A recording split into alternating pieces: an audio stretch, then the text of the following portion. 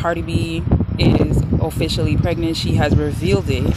So I want to talk about one of the main things that's been coming up in the news, and that is whether or not she should have waited. Right. And I just want to say that if she had waited until she's 30, she might not be having that baby that she's having right now. If we really want to have a baby, if you know that that's something that you want in hearts of hearts, you kind of have to put that on the forefront before, in some cases, your business, your job, your education in some cases, right?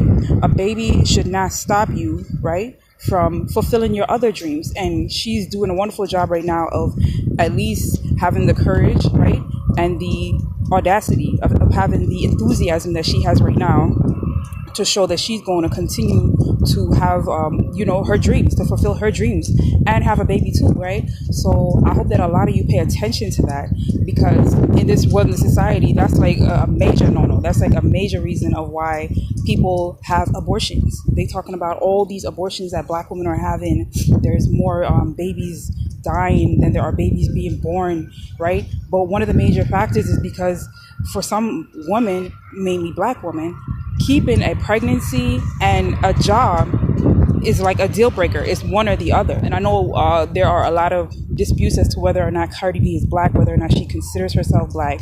But it's like we can learn from all people, regardless of their race and regardless of, how they identify themselves.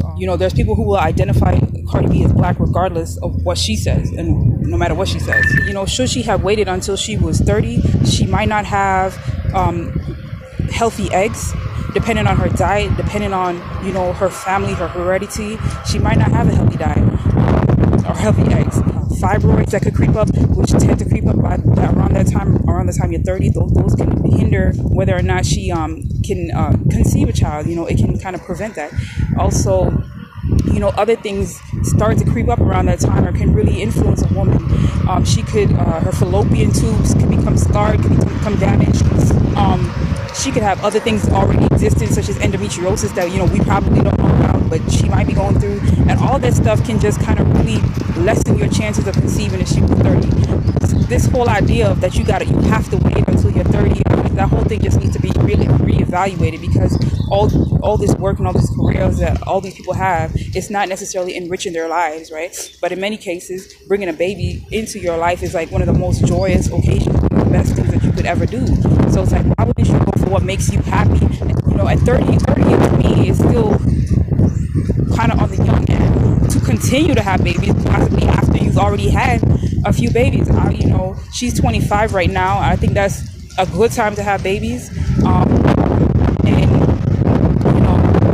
Even in some people might even consider that to be a little too late, health-wise and egg-wise. If we're using these same people who come up with these type of terminology and justifications to define a woman and when she should have a baby, you might never have a child, which, that might fit in with the plan. So definitely don't let anybody else necessarily stop you from having a child when you want. Look how many people can't even have a child. Like they're going for fertilization. They are spending all this money, wasting all this time and energy, becoming obsessed, becoming depressed, heartache, having miscarriage after miscarriage. And here she is getting so much attention and so much support. To try to throw shade on that, or to try to make somebody feel bad or negative about that, I think that's, it's kind of wrong. As you also know, her sister revealed the baby's gender, so it's going to be a girl.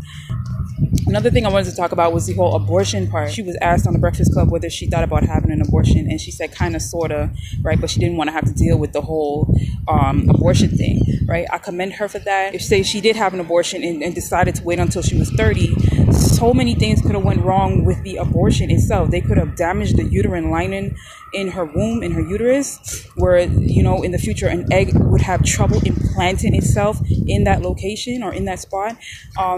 Damage the vaginal canal, damage tissue, and just as a woman ages, even vaginal tissue can become damaged, and the secretions, the vaginal fluid can decrease. So it's like, who says you should wait till 30? What is that?